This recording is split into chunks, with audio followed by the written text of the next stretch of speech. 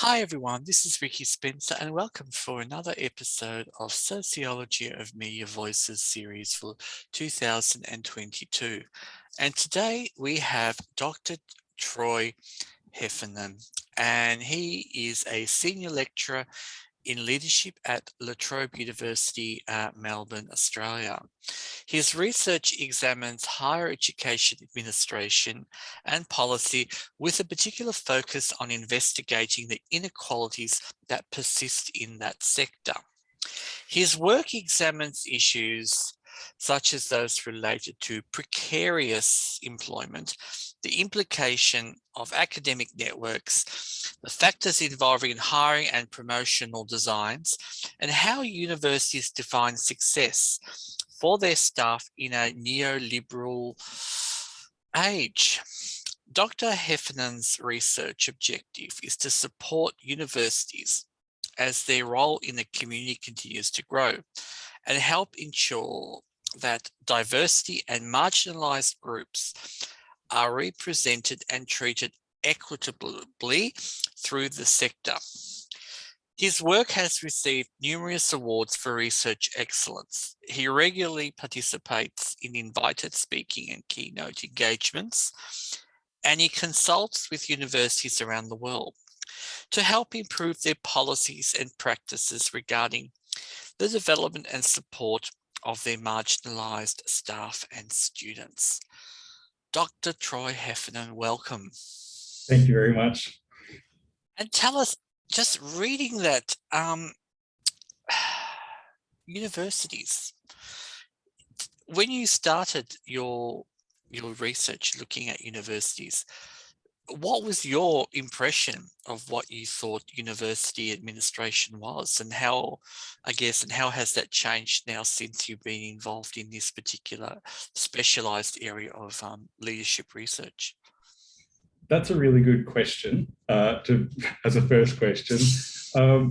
When I started I think I've always been interested in equity, and I think my very first steps into higher education was actually about university funding and how funding is attributed to different universities and sizes, and how that impacted on what research outputs could be. Because that's a circular thing. So obviously the more money someone gets in research, the more money they can put into research, the more money, and it circles around to the winners continue to win and the losers continue to lose. But that discussion sort of quickly turned to how universities are run. And once I started talking to people in leadership roles all the way up, I've been really fortunate that I've been able to talk to vice chancellors of universities in several countries, which is sort of this great top-down view of seeing how things work. And it was kind of, at the same time, I was a PhD student, I was an RA, I was a sessional employee. So there was a time where I was sort of desperately trying to get a job because I was awake every night wondering if I'd be able to pay my rent, because that's the life of a sessional employee. And then during the day, I would be talking to faculty deans and DVCs and VCs and university presidents. And that is a huge span of one end of the scale to the other of what's happening in universities. But everyone I would talk to on a daily basis, most people don't on a regular basis talk to their university vice chancellor. And when you're a sessional employee, you don't regularly talk to your faculty dean. So the people I spoke to were all sort of in my situation. And what I saw from that work was people in leadership roles dealing with their problems and what they had to contend with, and how different that was for people who were sessionally employed. And I have to say, you said it in the introduction, but I'm no longer sessionally employed. So I have been fortunate in that sense, which is sort of the ultimate goal of anyone in sessional employment, right? But I've always been able to I wandered into this space where what leaders are doing is it's almost foreign to what's happening to people on that ground level. One thing that's amazed me in the last 35 years, as I guess I'm one of those people who've dabbled in and out of university spaces, who've always valued that space as contributing to my knowledge and I guess formulating and validating what I'm trying to learn so others around me see that my voice is heard. Have you noticed, or I guess it's sort of inevitable, there is such an increased number of people who now have completed PhDs at universities. With your kind of understanding of what's happening, do you see, what is the future in terms of higher education research? Do you envisage a day that there'll become post-PhD doctorate, in terms of that PhD will become the norm that replaces the master's? The PhD becomes, yes, and then there'll be another PhD, dare I say, or some other form on top of that? Or do you think this is as it is and we're just rejigging the whole system of knowledges? I think at this point, this is kind of how it is. But I think you raise a really interesting point, because I do see more people getting 2 PhDs, which I'm sure statistically that's extremely rare, but I know of multiple people who have done that. And it's one of those things where when you talk to people, I think everyone kind of knows 1 or 2 people who have. So it's not that rare. I work in an education faculty and I'm in educational leadership. So even though my work is around higher education, I still, I teach around schools and principals and deputy principals. So I know, as we said, I just taught a 2-hour class. That class was mostly filled by people who wanted to become deputy principals or are deputy principals looking to become principals. And they're in that course because the trajectory is PhD. In education circles, particularly for the larger schools, P to 12 schools, private schools, a PhD is really quickly in a lot of areas turning into something that's kind of expected. As far as in universities go, right now, and it's so hard to know, I think COVID's such a variable that I think we have an idea of, but then I also think we don't actually have an idea of. We know there's an oversupply of PhD students in terms of, are there enough jobs in universities for the PhDs being created? So that's a very narrow view though, because we also know that across the board, particularly in science and engineering and business, people are getting PhDs not for academic purposes, they're getting it for industry. So I know it's easy to say there's an oversupply without actually knowing just how many people are looking for that academic career. But we know when there's an oversupply. I mean, I know from education, an education faculty stance view, when there's the oversupply, that just actually forces people into this idea that we see now of people being streamed into primarily teaching roles or primarily research roles. I think and universities know that too, I think a lot of the time. It's rare now that I think you see people being purposely put into these roles, and instead we see words like mostly teaching and research focused or teaching focused, sort of not to suggest that they're completely one or the other, but that people are being selected to sort of primarily do one task or the other. And as I know we're about to talk about, we know who gets picked for each one of those, yes, roles most of the time. And I'm going to really love exploring that with you in deep details. One of the things, I guess, and I'm only throwing this to you, do you think we have too many universities in Australia? To that, I would say absolutely not. I think one of the things that I am really focused on in my work is there's always this idea of university has to be the goal. University should be the goal of any school leaver. And that's not what I'm about at all. But what I am about is making sure that anybody who wants to go to university has that option. And when they get in there, they're supported.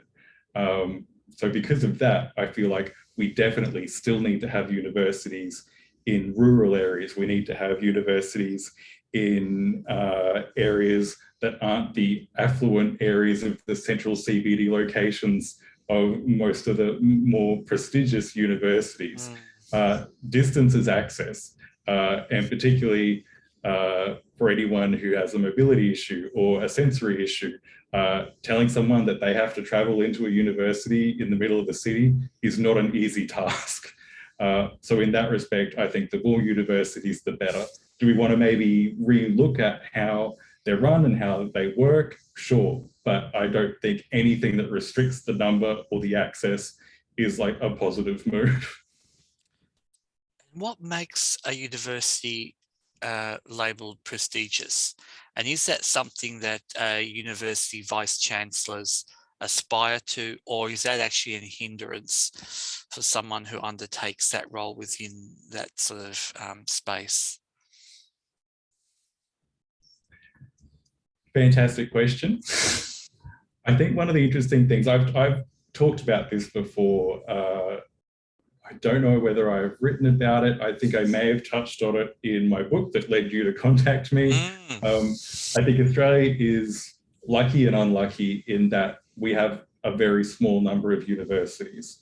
So anyone who knows about universities knows what the group of 8 are. And then I also think beyond that, it was quite, it was the same. I'm originally from Queensland. In Queensland, even people who had not been to university, did not have children that went to university, they knew UQ was the university.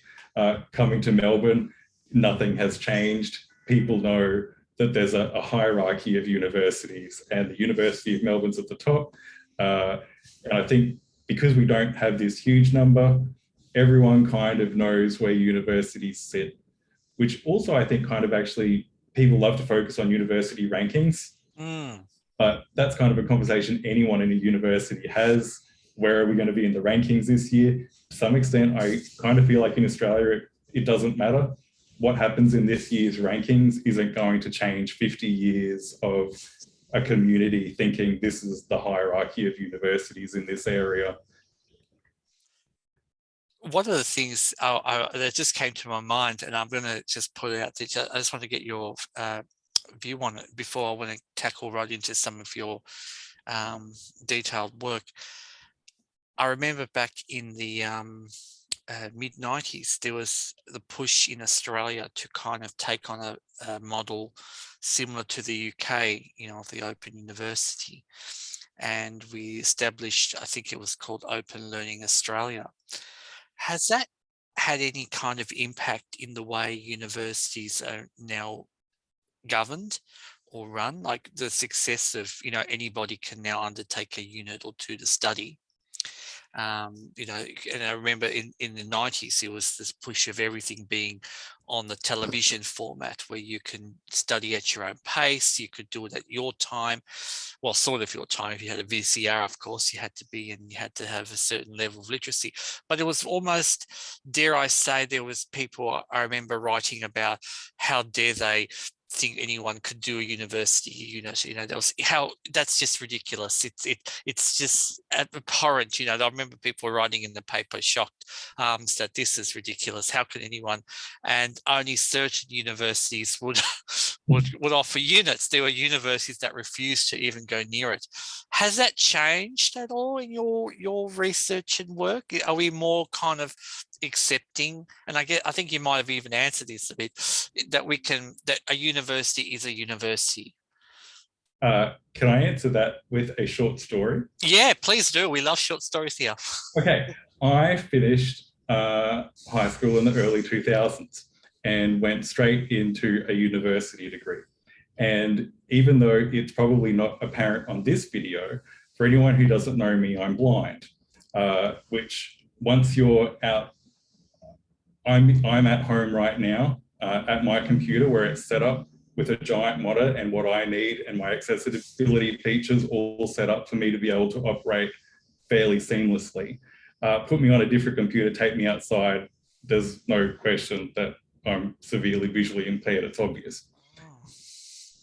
Early 2000s, Queensland gets university, absolute failure, almost instantly, first day, I realized I couldn't do it. No support, well-meaning people, but not the right support that I needed. It just didn't work. Dropped out, no surprise there. I had another 6 months, maybe a year to sort of reassess how things were going to work. Tried again, didn't work. I had these support systems that worked at school. I never needed much support, but I needed something. Wasn't there, dropped out again. And that was kind of me done for almost about 10 years. And then I enrolled in the Open University. And I enrolled in the Open University because it was online. And for reasons that I just said, online recorded classes, being on a computer, being email, that's what I needed. So a couple of courses in Open University, easily transitioned into I went to Macquarie University, finished my BA, got my MA, and it was all because of Open University. I know today, even pre-COVID, online learning has become a lot more common. But to answer your question, so obviously I am the world's biggest advocate for Open University because it meant everything to me. It was what I needed. I couldn't have done it at that time without Open University. What Open University does, or did, because I get that it's a little bit different now that everyone's kind of online, is it took the risk out of it for universities. Like, you got to have somebody go and do 1 or 2 courses. They got to learn the basics. They got to sort of work out what was happening, and then you welcome them into the classroom. And it's kind of like they their feet had already hit the floor. You knew they were going to be all right. So that's kind of my take on Open University, because I would never say anything negative because I owe them everything. And I was so happy to hear that, because part of my experience back in the late 90s, when I became very unwell and ill and couldn't attend at university because, although Deakin was good, when I did my social work degree, it was sort of all on campus, and it was very difficult for me to get there. And I remember there was a 1 year that I got so unwell, so I wasn't able to complete the units. So luckily enough, I looked at Open Learning Australia, I can't remember what it was called then, and they had a very similar units that I was able to do, and that kind of helped me through. So yeah, I would say that it's incredible. We don't talk about how it has helped a lot of people from our communities access it in terms of that, and perhaps universities have looked upon that as to say, what have they done well and what can we do well? And I'm just wondering that your experience of accessibility, has that been part of your passion or voice that you, when you're looking at universities now, from that lens that you do, that you're kind of looking at, okay, well, how are they setting things up? Are they setting students up for success?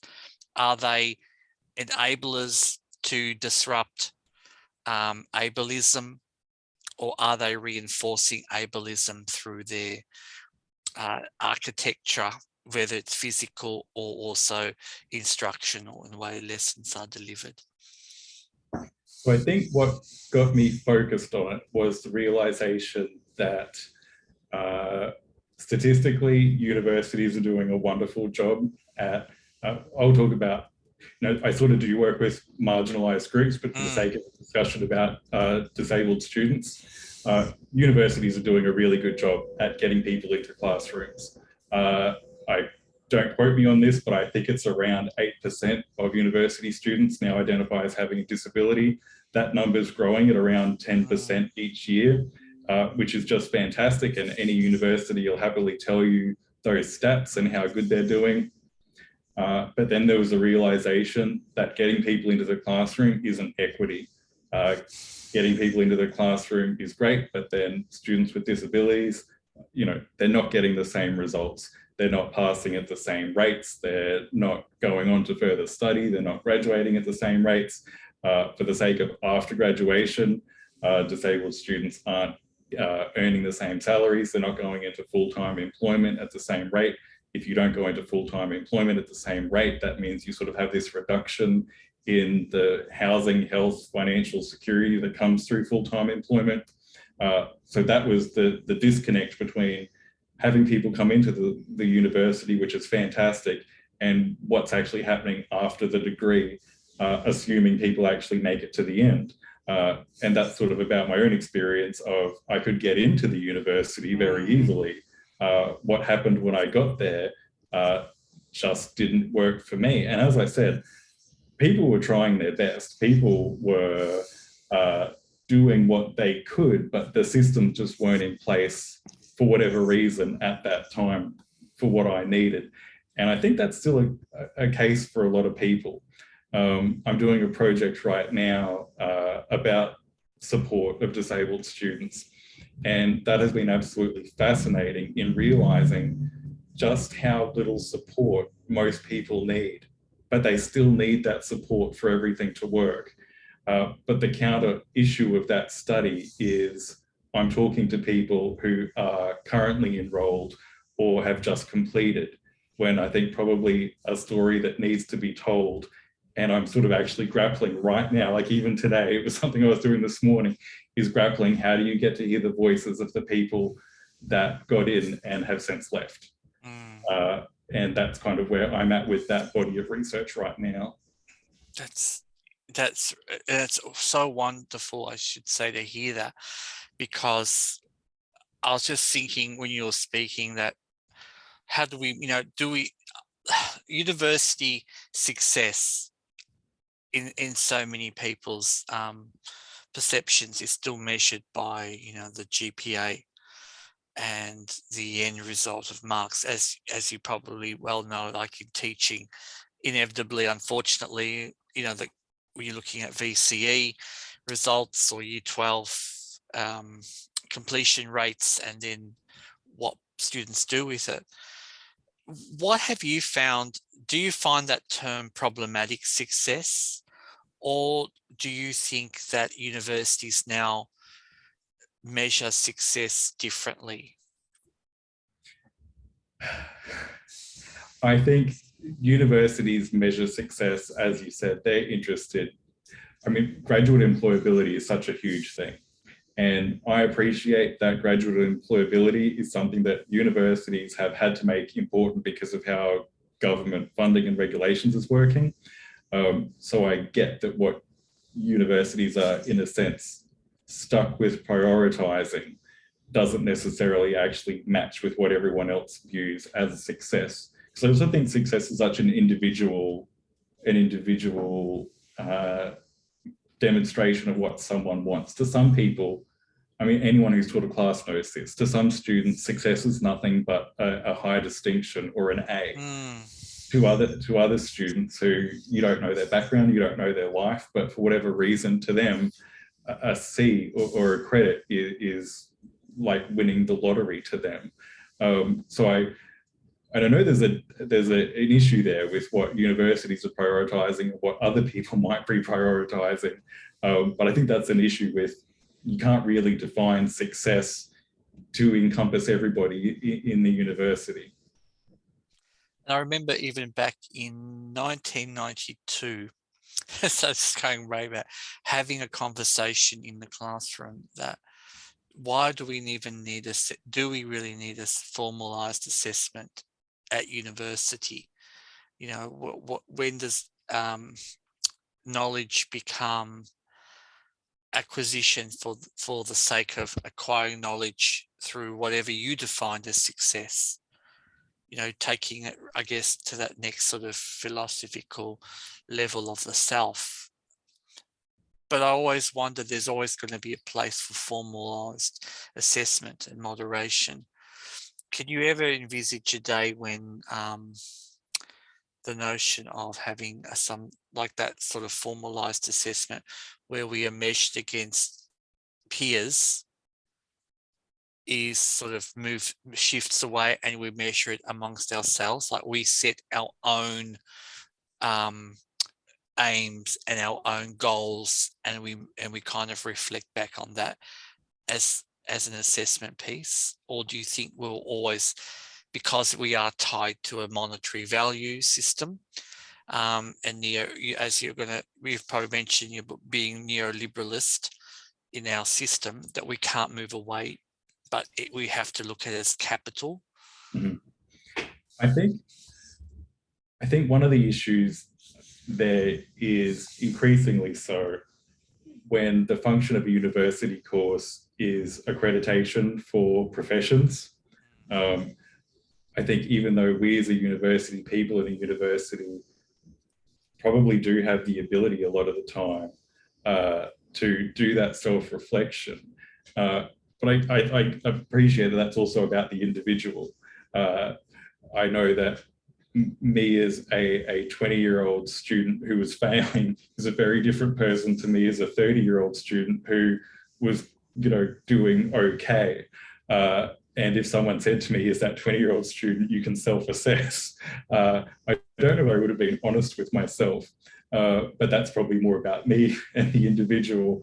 But on a whole, I think that level of professionalism, that accreditation that people are doing, depending on what their degree, and you're leaving university to get into something else because you need that degree, that piece of paper as the permission to go into a career.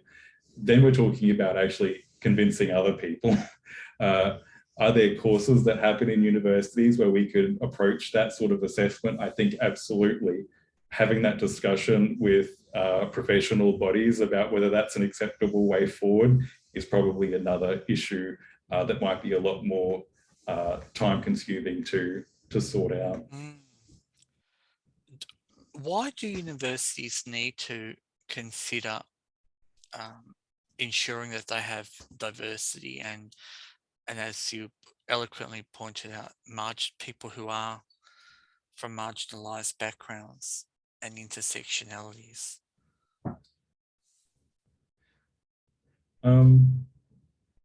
Well, I think we've already seen what happens when universities don't do that. And that was sort of the first 950 years of university education. The expansion of higher education, particularly in Australia, sort of through the 1960s and 70s, where I think it's really easy to talk about percents. I always see in books and journal articles, people sort of say, well, up until the mass marketisation of higher education, around 10% of people in Australia went to university, and now it's over 30%. But the thing is that 10% was the very smallest narrow margin of 10% of people who you ever could have pictured. Whereas this 30% is a much more diverse. Could it be more diverse? Of course it could. And that's probably always going to be the case, although now people do talk about the marginalised majority in higher education, which is sort of something that led to my work on disabled students. But it's about who gets to work now. Like, we've gone beyond this idea of only a certain person works. We're no longer in this one income family. We've gone beyond this idea that people need to have a family, need to have a partner, need to have this TV storybook version of life. And once you start accepting that, which I think it's always so easy to say in universities, because I think for the most part, people in universities are a very progressive group, or at least, and this is probably about who I spend time with, the people I spend time with are, so you do fall into that trap of knowing you're in a small echo chamber. But it's about giving everybody who wants to go to university that opportunity. And that's what all of my work's about. Do you have to go to university? No. Does everybody deserve the opportunity to go to university and be supported no matter what once they get there? Yes. And now I guess one of the steps, once you get through to the university and you're fortunate enough through hard work and having adjustments, if you have somebody with additional learning needs, or somebody that needs adaptations to be able to undertake the assessments, what sort of factors have you found that are preventing people in getting positions at universities? And when I'm thinking about people who are marginalised, people who are underrepresented at the moment in kind of leading roles at university, is there because there is a shortage of space? Is that as simple as that? Or is it kind of is there something a little bit more deeper and entrenched within our universities that you have found, or we need to really work on still? So you're talking about sort of staff members rather than students? So say somebody who's completed a master's, or they've just done a PhD, but they may have, there's a lot of adaptations that they may need in order to obtain a position, because they need accessible rooms, they need spacing, but they're passionate about, say, teaching, or they're passionate about research, but there's a lot of investment that needs to be put into place to help that particular person to be able to undertake the activity. And yet there's perhaps another candidate with similar qualifications, similar kind of results.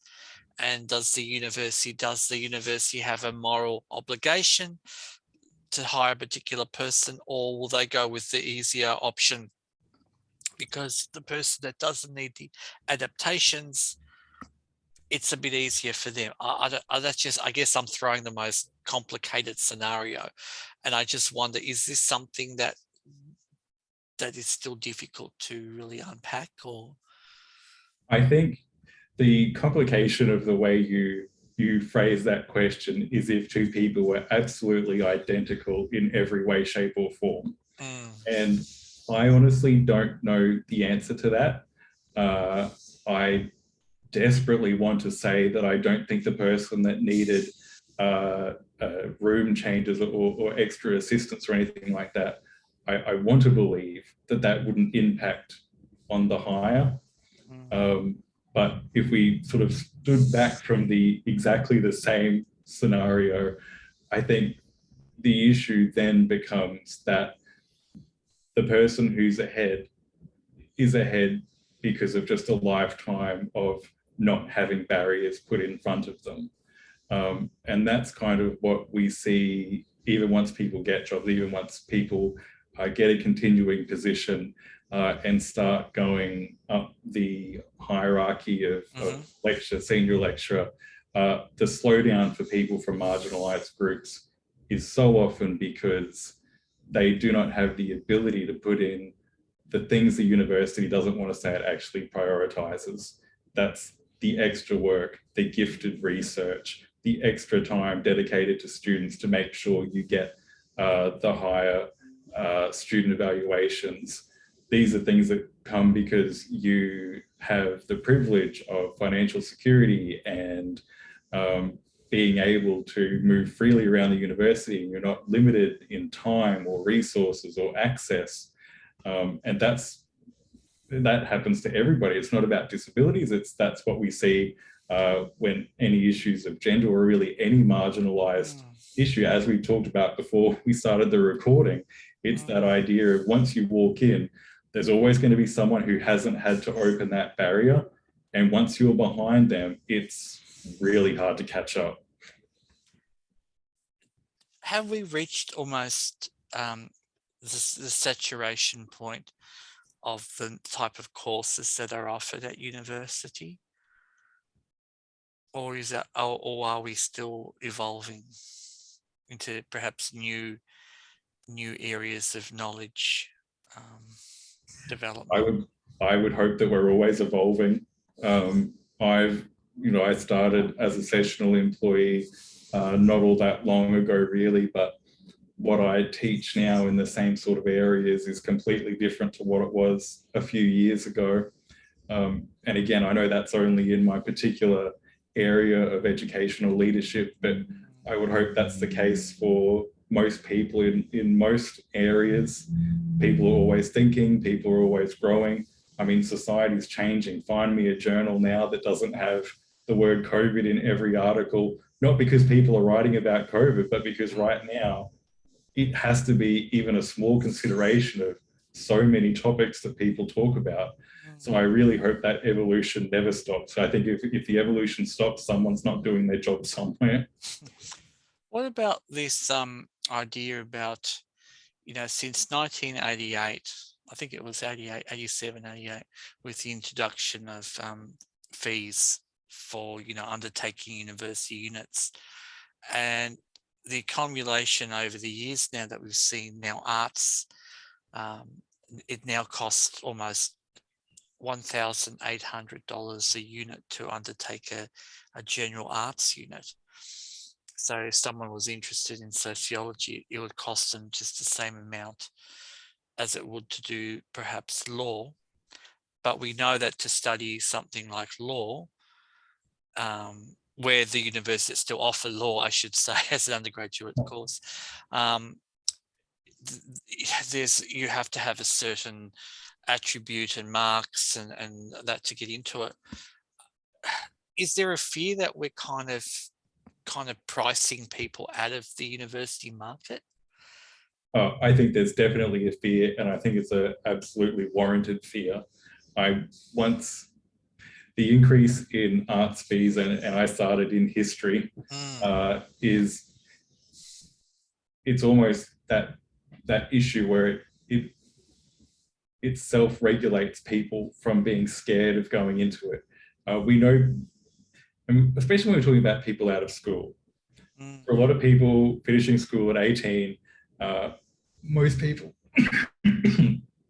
my apologies, most people will be hugely influenced by parents, teachers, etc. The idea of spending a huge amount of money for a non-guaranteed, if any career is guaranteed, career is really problematic. And we know that it stops people from enrolling in certain degrees. And that's sort of something we always talk about in sort of the marginalised student space, because we can do things to make people get into the classroom. We can do things to make sure they're not disadvantaged at all in the classroom. But what we can't particularly do is make governments change funding. It's already shaping who's trying to get into the classroom. That's sort of my concern. In your experience now, and in your, I know you've written so many excellent articles and that, how do you envisage the best way of looking at how do we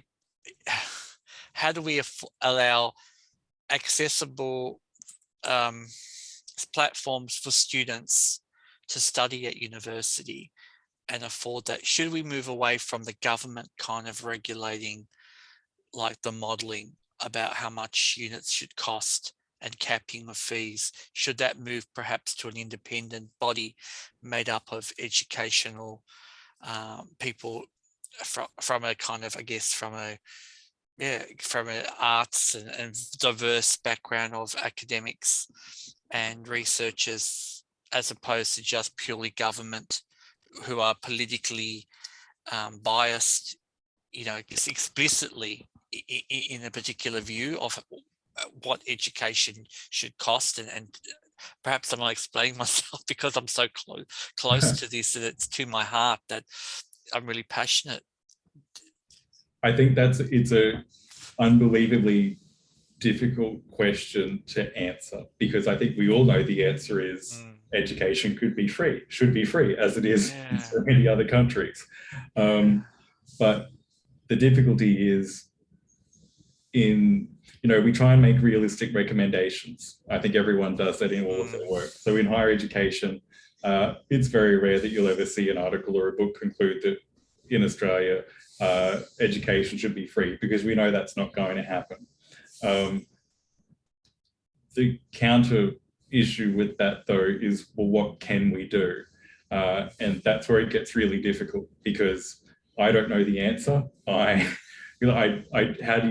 You can try and influence policy all you like, but we're about to have a change of government. I know some people, well, I hope we're about to have a change of government.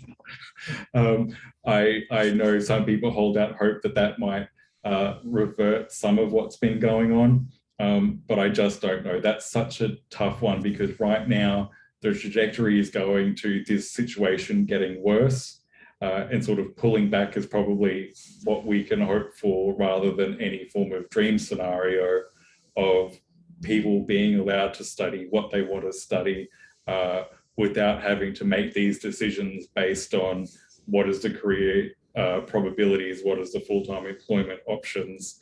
But again, as we spoke about earlier, universities are also in a situation where if we're going to continue seeing universities ranked regularly by graduate employment and graduate salaries, the motivation for universities to make it easier for people to get into those courses that will probably not result in immediate employment or immediate high salaries is unfortunately small. Mm. So many things that we could take in different tangents, and I'd love to explore it further. Just that before, as we're finishing up, I'm just curious about the book that you've just published. Tell me a little bit about it. How did it take you a long time to come up with the ideas, or is this something that was burning within yourself for many years? It was it was an idea that I had for quite a long time, and it was how it finished though was the result of several years of that work with the work with vice chancellors, the work with deans, the work with people in sessional employment and people just starting out their careers, in terms of what all these things meant. Just what I so often saw was people, universities are still are a controlled space, and the people who, whether it be in any leadership role, from deputy dean up, they're all bricks in the wall, which people don't always appreciate. I know people want to look to their dean as the boss. Your dean's accountable to many people. Even the vice chancellor is not, it's not the president. They're not untouchable. There's still like a governing board that they have to answer to. And that's kind of how it all started. And just, I felt once I was aware of what all these cogs were doing and what each one meant, there's a really disjointed way in what a vice chancellor is being told to do or has to do in their role to what that looks like to someone who's just got their first RA contract. So it had all the seeds of the project were really in that practical application of how do all of these things work. The wonderful thing about Bourdieu, though, is particularly from someone who was an academic, worked in universities, looked at universities, he had this lens that actually makes it all fit together really well. So I don't want to say that the book is a practical book. I don't want to say that the book is making a theoretical contribution to Bourdieusian studies, because it's not. But what the book does try and do is use Bourdieu as this nice lens to give a clear portrayal to anyone interested in higher education of just what hoops everybody has to jump through. I think it's really potentially interesting, I would hope interesting, for people just coming in, even as students, just to sort of get an idea of what everybody in the university is having to do and why they're having to do it. The decisions being made aren't just decisions an individual has come up with. But on the counter, for people in leadership roles, I know people say it all the time, it's really easy for professors to give advice to new students, new RAs, new PhD students, but the world has changed so much from when those professors were probably students. I know that a lot of people would give fantastic advice, but it's just that being aware of just how much this world has turned to metrics and how important it is that people are hitting the ground running. Universities aren't into chances anymore. And that's kind of how we see people being divided into teaching roles or research roles. They're counting on you doing your PhD and just pumping out the publications. And there's no time for that. I know there's no time for that. They know there's no time for that. It's just all gifted time. But it's that gifted time that right now in 2022 is sadly, because there's only certain people in the community who have gifted time. That seems to be what is getting people jobs. And particularly once COVID hit, and it had started before COVID, I have said, Jill Blackmore has said, many people have said, COVID didn't change the game, it just sped up what was already happening. So these things were already taking place. We already saw this ridiculous world of people having to finish a PhD with publications and grants and books and contracts. But it seems to have just gotten worse with COVID. And it's just that realization of everyone up and down can learn something by seeing what other people have to deal with. It's not about sympathizing with the person making hundreds of thousands of dollars a year. But if you understand what their job is, it kind of at least puts into context how it ended up for you in your situation and what you're going to have to do at this point to launch into an academic career if that's your goal. Dr. Troy Heffernan, it's been an absolute pleasure having your words, your voice, speaking and allowing us to have an insight into what is happening in our university spaces and understanding some of the complexity issues around governance and leadership that that we face, that we are in, and putting up a platform for many of us to look to and kind of reflect on our own practice and our own journeys.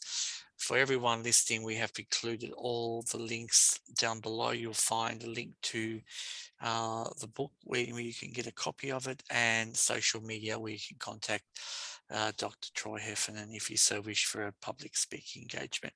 Thank you for your time today. Thank you so much for the invitation and the stimulating conversation.